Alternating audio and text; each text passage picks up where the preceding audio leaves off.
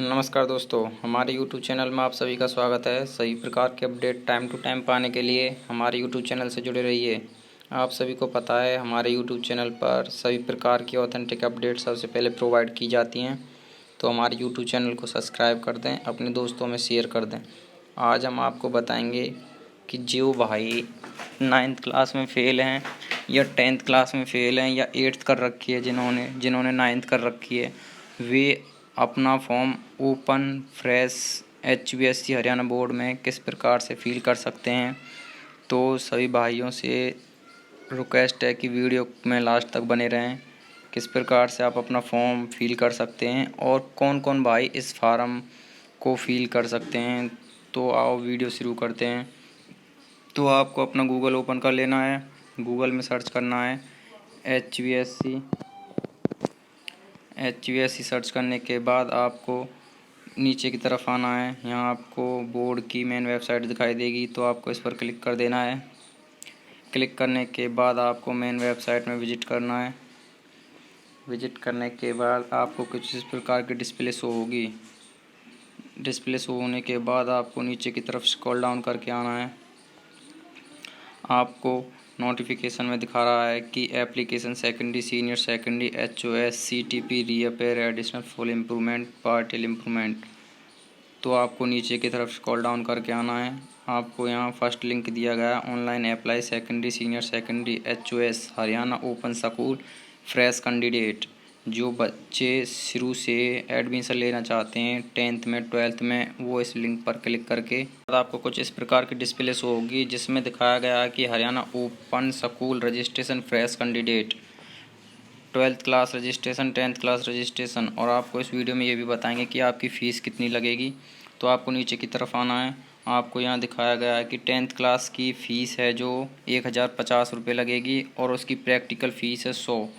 तो आपकी total fees लगेगी 1150। और यहाँ आपकी जो 12th क्लास में 1100 रुपये फ़ीस है। और जिसकी एडिशनल सब्जेक्ट, अगर कोई आप अलग से स्टूडेंट कोई एडिशनल सब्जेक्ट डालता है तो उसकी 200 रुपये फ़ीस है और प्रैक्टिकल फ़ीस 100 रुपये। अगर आप एग्ज़ाम फ़ीस और प्रैक्टिकल फ़ीस लगाओ तो आपकी 1200 रुपये लगेगी। अगर कोई आप अलग से कोई एडिशनल सब्जेक्ट डालते हो तो उसकी 200 रुपये अलग लगेगी। तो टोटल एडिशनल को लगा के आपकी 1400 रुपये फ़ीस बनेगी, 1400। और आपकी वैसे आप खाली बगैर एडिशनल सब्जेक्ट के डालते हो तो आपकी 1200 फ़ीस लगेगी। तो आपको यहाँ डिस्प्ले में दिखाया गया है कि आपकी कब से कब तक कितनी फ़ीस लगेगी, क्या लेट फ़ीस लगेगी, तो आप अपने आप देख सकते हो। तो आपको जैसे कि हम 10th का बताते हैं प्रोसेस, तो आपको 10th पर क्लिक कर देना है रजिस्ट्रेशन के लिए। और आपको इस प्रकार की डिस्प्ले शो होगी। तो आपको नीचे की तरफ स्क्रॉल डाउन करके यहाँ आई हैव रेडी पर क्लिक करके प्रोसेस नाउ पर क्लिक कर देना है। नाउ पर क्लिक करने के बाद आपको यहाँ फ्रेश कैंडिडेट सेकेंडरी, आपको यहाँ डेट ऑफ बर्थ डाल देनी है जिसका आपको करना है। और आपको यहाँ बर्थ सर्टिफिकेट, यहाँ आपको ऑप्शन दे रखे हैं। अगर आप पर स्कूल लिविंग सर्टिफिकेट है तो आप उससे रजिस्ट्रेशन कर सकते हैं। अगर आपको बर्थ सर्टिफिकेट है तो आप अपनी जन्म पत्री से भी रजिस्ट्रेशन कर सकते हैं। अगर आप पर मिडिल क्लास 8th क्लास का कोई फेल सर्टिफिकेट है या पास का है तो आप उससे भी कर सकते हैं। अगर आप मैट्रिक्स फेल हैं तो आप उससे भी रजिस्ट्रेशन कर सकते हैं। तो आपको इन सब को फिल करने के बाद आपको यहाँ चेक एलिजिबिलिटी पर क्लिक कर देना है। तो आपको 10th का इस प्रकार से रजिस्ट्रेशन करना है। और अब हम आपको बताएंगे कि आपको 12th का कैसे करना है। तो आपको 12th पर क्लिक कर देना है। क्लिक करने के बाद आपको आई एम रेडी पर क्लिक कर देना है। क्लिक करने के बाद प्रोसेस नाउ पर क्लिक करने के बाद आपको यहाँ दिखाया गया है कि ओपन फ्रेश सीनियर सेकेंडरी। आपको यहाँ I have you qualified secondary exam with English. अगर आपने 10th क्लास में इंग्लिश ली है, अगर उसमें आप क्वालिफाइड हैं तो आपको यहाँ यस करना है। तो हम आपको इस वीडियो में बताएंगे कि जिस भाई ने 10th में इंग्लिश ले रखी है वो इस फार्म को भर सकता है, नहीं तो इस फार्म को फिल नहीं कर सकता। तो 10th में इंग्लिश सब्जेक्ट का होना कंपलसरी है। तो आपको यहाँ सिलेक्ट करना है स्टेट बोर्ड, आपने हरियाणा बोर्ड से की है या अदर अदर बोर्ड से की है, तो मैं जिसने अदर बोर्ड से की है वो अदर बोर्ड पर क्लिक करना है, और जिसने हरियाणा बोर्ड से करी है वो हरियाणा बोर्ड पर क्लिक करना है। तो जिस स्टूडेंट का मैं कर रहा हूँ उसने अदर बोर्ड से की है, तो अदर बोर्ड पर क्लिक करके आपको नीचे की तरफ आना है और आपको यहाँ सेलेक्ट करना किस बोर्ड से की है। यहाँ साफ बोर्ड दे रखे हैं, तो आपने जिस बोर्ड से भी 10वीं क्लास की है तो आपको वो बोर्ड सेलेक्ट कर लेना है। जैसे कि मैंने हरियाणा ओपन से की है तो इसमें मैंने सेलेक्ट किया। अब कौन से सेशन में की है, जैसे 20 में, 21 में, 19 में, जो भी सेशन है आपका जिसमें पास किया आप वो सेशन सेलेक्ट कर सकते हो।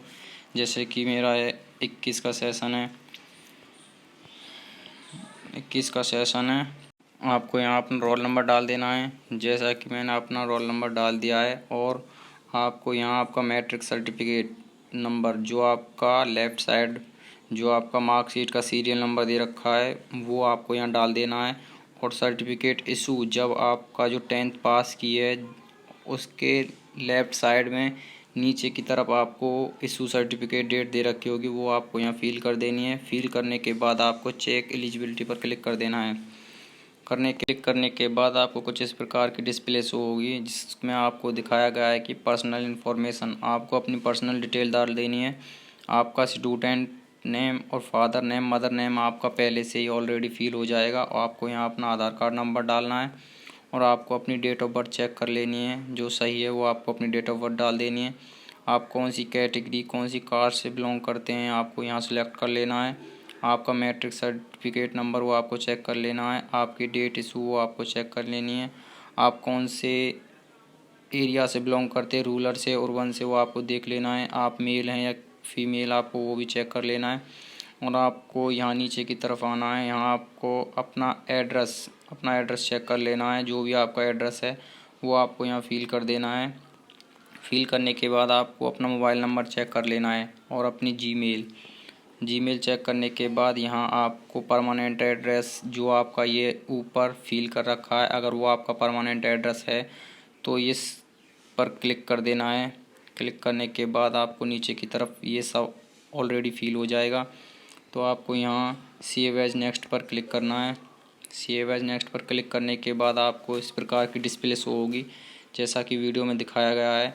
आपको पहले यहाँ देख लेना है कि photo must latest photography colour pic, आपको यहाँ एक फ़ोटो जिस स्टूडेंट का फॉर्म भर रहे हो आपको यहाँ उसकी एक फ़ोटो डालनी है, जिसकी साइज़ 50 से 80 KB तक होनी चाहिए। उसके नीचे की तरफ आना है, आपको स्टूडेंट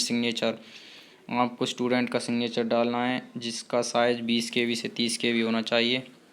और आपको नीचे की तरफ आना है, अपलोड एलिजिबिलिटी प्रूफ डॉक्यूमेंट, आपको यहाँ 10th या SLC बर्थ सर्टिफिकेट हो, आपको फेल सर्टिफिकेट हो, मिडिल पास सर्टिफिकेट हो। अगर आप 12th में फॉर्म भर रहे हैं तो आपका 10th पास का जो सर्टिफिकेट है वो होना ज़रूरी है। तो आपको 10th का यहाँ मार्कशीट अपलोड कर देनी है। मार्कशीट अपलोड करने के बाद आपको नीचे की तरफ आना है, यहाँ आपको अपना आधार कार्ड और अदर एलिजिबिलिटी डॉक्यूमेंट, आपको यहाँ अपना आधार कार्ड अपलोड कर देना है। आधार कार्ड अपलोड करने के बाद आपको अपना सारे डॉक्यूमेंट एक बार चेक कर लेने हैं।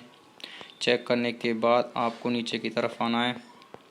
आने के बाद यहाँ आपको प्रोसीड पर क्लिक कर देना है। प्रोसीड पर क्लिक करने के बाद आपको कुछ इस प्रकार का डिस्प्ले शो होगी। तो आपको यहाँ चेक कर लेना है कि student name, father name, session कौन सा है, जो अब जो फॉर्म भर रहे हैं वो कौन सा सेशन है, कास्ट कौन सी है, आपकी date of birth, mother name, सब आपको चेक कर लेना है। और आपको यहाँ स्ट्रीम आपको यहाँ चेक करना है कि आप साइंस से करना चाहते हैं, आर्ट से या कॉमर्स से। तो मैं यहाँ आर्ट साइड से जो स्टूडेंट है उसका फॉर्म भर रहा हूँ, तो आर्ट पर आपको क्लिक कर देना है। क्लिक करने के बाद आपको यहाँ सब्जेक्ट सेलेक्ट करने हैं, आपको कौन से सब्जेक्ट डालने हैं। तो आपको यहाँ इंग्लिश कोड फर्स्ट डाल देता हूँ, फिर आपको यहाँ हिंदी कोड फर्स्ट डाल देता हूँ। अगर यहाँ आपको कोई history, geography, political, home science, anyone कोई सब्जेक्ट लेना आप अपने हिसाब से सिलेक्ट कर लेना है। और मैं यहाँ दूसरा तीसरा सब्जेक्ट मैथ डाल रहा हूँ। मैथ डालने के बाद आपको यहाँ फोर्थ सब्जेक्ट में देखना है जो भी आप डालते हो, जैसे कि मैंने पॉलिटिकल साइंस डाल दिया। आपको यहाँ 5th सब्जेक्ट जो भी आप डालना चाहते हो डाल सकते हो, जैसे कि मैंने फिजिकल डाल दिया। और आपको यहाँ बोल रहा है कि एडिशनल सब्जेक्ट इन एनी, अगर कोई आप अलग से एडिशनल सब्जेक्ट डालना चाहते हैं तो आप यहाँ से डाल सकते हैं। जो भी अगर कोई आप अलग से एडिशनल सब्जेक्ट डालना चाहते हैं तो आपको यहाँ सब्जेक्ट 6 आप इसमें अपना एडिशनल सब्जेक्ट डाल सकते हैं, जो भी आप डालना चाहते हैं। मैं आपको ये भी बता दूं, अगर आप एडिशनल सब्जेक्ट डालना चाहते हैं तो उसकी 200 रुपये फ़ीस अलग से लगेगी। 1400 रुपये आपको एडिशनल सब्जेक्ट जब डालते हो तो आपकी टोटल फ़ीस 1400 रुपये लगेगी। आप निश्चित कंफर्म कर लें। और आपको फिर नीचे की तरफ आना है, एग्ज़ाम सेंटर डिटेल। आपको यहाँ डिस्ट्रिक्ट है वो आपकी ऑलरेडी सिलेक्ट रहेगी, और आपके डिस्ट्रिक्ट में जो भी सब डिवीज़न है वो आपको देख लेना है। आपको जो भी सेंटर सेलेक्ट करना है, पलवल, हथीन हमारा जो भी आ रहा है, जैसे कि हम होडल करते हैं तो हमने होडल के लिया। जो भी आपका सेशन है, जो भी आपका सेंटर है, जहाँ भी आप डालना चाहते हैं वहाँ अपना सेलेक्ट कर लेना है। सेलेक्ट कर लेने के बाद आपको यहाँ आई एग्री पर क्लिक करके यहाँ आपको सबमिट पर क्लिक कर देना है। सबमिट पर क्लिक करने के बाद आपको कुछ दूसरी प्रकार की डिस्प्ले शो होगी, जैसा कि आपको वीडियो में दिखाया गया है कि टोटल पे फीस है 1200 रुपये। अगर आप इसमें एडिशनल सब्जेक्ट डाल देते तो आपको उसके 200 रुपये और जुड़ जाते, जिससे 1400 रुपये हो जाते। तो आपको यहाँ फीस काटने के लिए आपको ये कैप्चर फिल करना है। कैप्चर है जो आपका, वो यहाँ आपको कैप्चर भर देना है। कैप्चर भरने के बाद आई एम रेडी पर क्लिक कर देना है और पे यू IDBI पर क्लिक कर देना है। क्लिक करने के बाद आपको कुछ इस प्रकार की डिस्प्ले शो होगी। डिस्प्ले शो होने के बाद आपको ये चेक करना है कि आप किस प्रकार से फ़ीस पे करना चाहते हैं, डेबिट कार्ड से या नेट बैंकिंग से या UPI से। तो मैं यहाँ डेबिट कार्ड से फ़ीस पे करना चाहता हूँ, तो डेबिट कार्ड का नंबर डाल देता हूँ, जैसे कि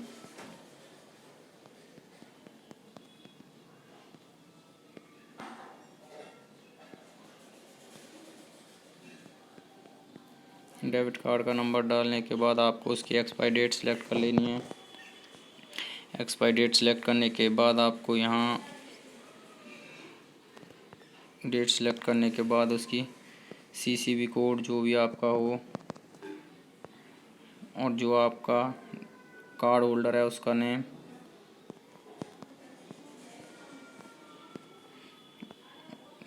सेलेक्ट करने के बाद आपको नीचे की तरफ पे नाउ पर क्लिक कर देना है। आपको यहाँ नंबर डाल देना है जो भी आपका रजिस्टर्ड मोबाइल नंबर है, और आपको यहाँ अपनी जीमेल ID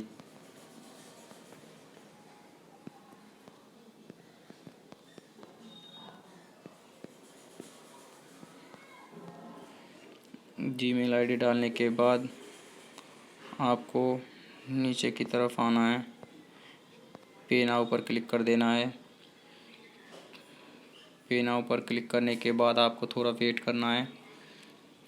वेट करने के बाद आपको कुछ इस प्रकार की डिस्प्ले शो होगी, जैसा कि वीडियो में दिखाया गया है। आपको यहाँ OTP डाल देना है, जैसे मेरे पे OTP आ गया है।